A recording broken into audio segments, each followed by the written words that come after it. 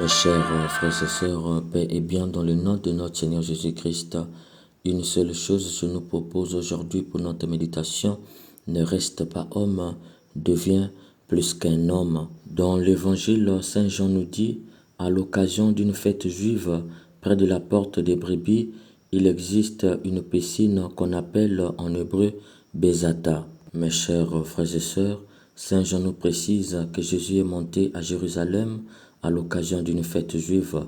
Tout semble normal puisque Jésus est un juif. Mais où tout se complique est que Saint Jean dit près de la porte des brebis. Il existe une piscine qu'on appelle en hébreu Bézata. Signalons que Jérusalem de l'époque de Jésus était clôturée. Cette porte des brebis est une voie qui permettait aux Juifs de sortir de la ville ou d'entrer, mais aussi aux païens de venir à Jérusalem. Si cette porte est appelée porte des brebis, c'est parce que les pasteurs venaient nourrir les brebis hors le mur. Ce qui veut dire que Saint Jean nous situe non pas à l'intérieur de la ville de Jérusalem, mais à l'extérieur de la ville. Cela veut dire que la piscine n'est pas pour les Juifs, elle est pour les païens, puisqu'elle est hors les murs de Jérusalem. D'ailleurs, son nom Bézata est un nom païen qui vient de Betsaïde, qui signifie ville maudite. Les Juifs l'appelaient Bézata, maison de miséricorde, parce qu'ils ne pouvaient accepter qu'il y ait des miracles dans une piscine païenne. Pour eux, c'est le Dieu d'Israël qui agissait dans une piscine païenne.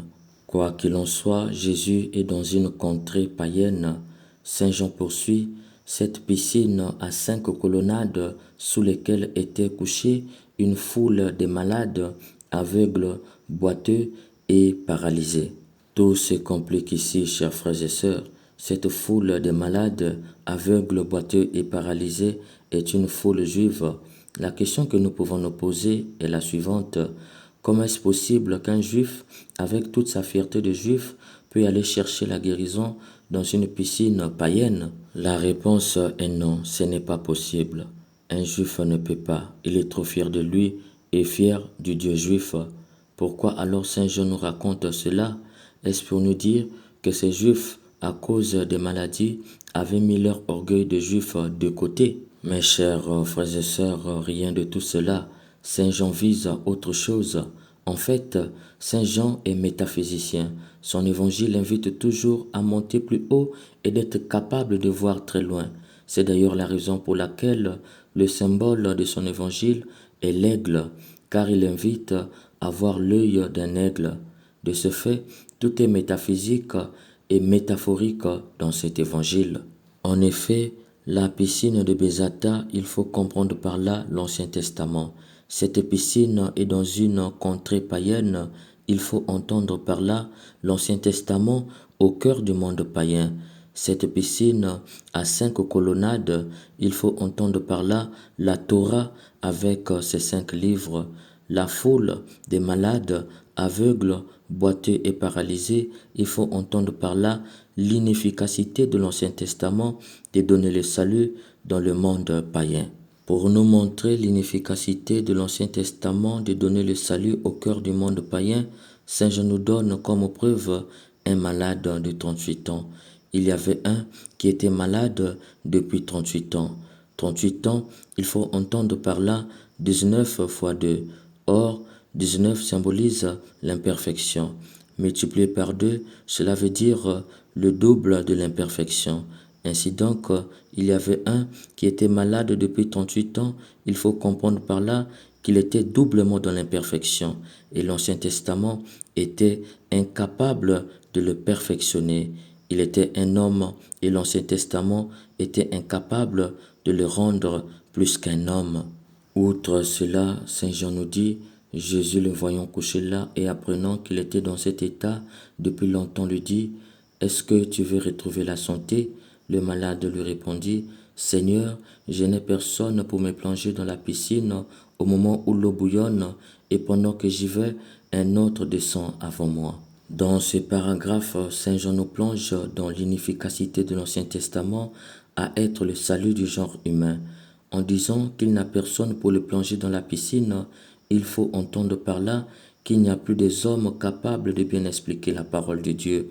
Au moment où l'eau bouillonne et pendant que j'y vais, un autre descend avant moi. Il faut entendre par là que l'Ancien Testament apporte le salut, mais de courte durée et de petites quantités. En d'autres termes, ils étaient beaucoup de malades à chercher le salut par l'Ancien Testament, mais 1 sur 100 trouvait la guérison. Mes chers frères et sœurs, voilà ce que Saint Jean avait comme message à nous donner à travers cette première partie de cet évangile. Il veut que nous apprenions que l'Ancien Testament ne pouvait plus répondre aux besoins perpétuels du genre humain. Il était inefficace et chez les Juifs et chez les païens. Il était donc temps qu'on passe à autre chose.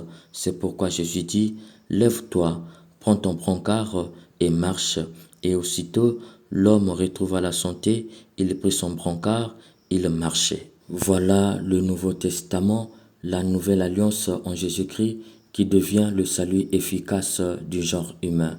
Saint Jean nous révèle en cette deuxième partie de l'Évangile que seul Jésus pouvait apporter ce salut. L'Ancien Testament ne pouvait plus rien. Il a suffi juste une parole pour que le malade de 38 ans, c'est-à-dire doublement dans l'imperfection, devienne pardonné, car la maladie de ce malade était le péché dans son paroxysme qui le condamnait. En lui disant « Prends ton brancard et marche », Saint Jean nous amène encore très loin. Le brancard, en effet, est un lit et cela pèse. Comment soulever ce qui pèse dès lors qu'on a été guéri? En fait, le brancard est métaphorique ici. Il faut entendre par là l'histoire de ce malade. Jésus lui dit, prends ton histoire, c'est-à-dire n'aie plus honte de ton histoire sale. Dieu est rentré dans cette histoire de péché et on a fait sa propre histoire. Désormais, ton histoire sale est devenue l'histoire de Dieu. Sois fier de cette histoire, que ton passé ne te torture plus. Regarde ton passé avec Dieu et vis le présent en pécheur pardonné. N'aie pas honte de dire ce que tu étais, dis-le tout en montrant l'homme nouveau que tu es devenu. C'est ce qu'on appelle heureuse faute qui t'a valu le salut. Saint Jean au demeurant poursuit, or ce jour-là était un jour de sabbat. Les Juifs lui dirent, c'est le sabbat, tu n'as pas le droit de porter ton brancard. Il faut comprendre par là, c'est le jour du Seigneur, tu n'as pas le droit de venir au temple avec ton état de pécamineux, tu n'es pas purifié. Il leur répliqua, celui qui m'a rendu la santé, celui qui m'a dit, prends ton brancard et marche. Il faut entendre par là, j'ai rencontré quelqu'un et il m'a pardonné en me disant de ne plus avoir honte de vous, mais de me voir en homme nouveau. Mais ils l'interrogèrent davantage. Quel homme qui t'a dit, prends-le et marche? Il faut entendre par leurs questions qu'ils ont compris que le passé ne peut influencer éternellement le présent dès lors que l'homme a assumé ce passé avec courage. Ce passé devient léger et ne peut influencer ni le présent ni le futur. L'homme devient de facto nouveau. Ne peut dire cela qu'un homme surdoué, d'où il cherche qui est cet homme, mais celui qui avait été guéri ne connaissait pas qui était cet homme. C'est là qu'il a péché par manque de reconnaissance. Ne pas être capable de nommer celui qui t'a fait du bien relève de l'ingratitude. C'est pourquoi, quand Jésus va le revoir dans le temple, il va lui dire, te voilà en bonne santé, ne pêche plus, il pourra t'arriver pire encore. Il faut entendre par là, sois reconnaissant dans la vie. Un ingrat finit toujours mal la vie. L'homme partit annoncer aux Juifs que c'était Jésus qui lui avait rendu la santé. En allant annoncer que c'est Jésus, cet homme n'est plus homme, mais il est devenu plus qu'un homme. En effet, notre vocation n'est pas de devenir homme, mais celle de devenir plus qu'un homme. Tant que tu n'es pas reconnaissant, tu es simplement un homme et non plus qu'un homme. Cette reconnaissance n'est pas humaine, elle est divine. Tant que tu es reconnaissant vis-à-vis de ton semblable, tu n'es qu'un homme. Or, qui n'est qu'un homme est un préfabriqué dans son être cosmique, qu'il arrive à l'univers, il accroche à sa propre biologie, il subit la pesanteur, il ne sait distinguer le bonheur et le vrai bonheur, la paix et la vraie paix. L'homme ne doit pas être homme, il doit devenir plus qu'un homme. Et pour devenir plus qu'un homme, il faut d'abord être reconnaissant envers Dieu, savoir nommer Dieu dans tous les biens que tu reçois, et enfin savoir lui dire merci. Qui est reconnaissant envers un homme reçoit au retour une phrase simple, de rien ou je vous en prie, mais qui est reconnaissant envers Dieu reçoit en premier le don de la liberté. Cette liberté qu'il reçoit de Dieu le perfectionne et c'est ce qui fait de lui plus qu'un homme, car il ne s'agit pas de la liberté de l'homme qui lui donne le droit de choisir une orientation sexuelle, un métier de son choix. Il s'agit d'une vraie liberté qui commence d'abord par la libération de tous les penchants mauvais en l'homme avant de le rendre libre. Dès lors qu'il devient libre de cette liberté divine qui commence par la libération des penchants mauvais, l'homme peut commencer à s'échapper à tout enfermement et captivité du dedans de son propre moi. Cette liberté lui donne le pouvoir d'être le témoin de la miséricorde de Dieu dans le monde.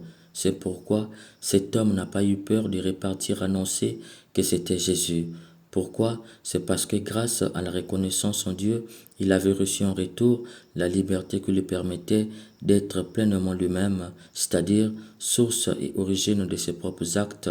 Ainsi donc, il a reçu au nom de cette liberté la clé d'inventer sa vie pour recevoir la vie. Désormais, il se sent l'égal de tous les Juifs, malgré qu'il était cloué par ses péchés. Chers bien-aimés, voilà notre vocation, être plus que ce que nous sommes. Cela commence par la rencontre personnelle avec Jésus. Ensuite, être reconnaissant, c'est-à-dire prendre conscience que tout bien reçu nous vient de lui. Enfin, de dire merci pour cela. Ainsi, nous serons vraiment libres, c'est-à-dire libérés de tout ce qui nous attire et nous retienne esclaves de nous-mêmes et du monde. Au demeurant, nous serons l'égal de tout le monde, riche ou pauvre. Au nom d'aucun bien, un pouvoir, une gloire, nous accepterons que l'on nous prenne pour des bêtes de somme. Voilà ce à quoi Jésus nous invite aujourd'hui, être plus qu'un homme et non simplement un homme.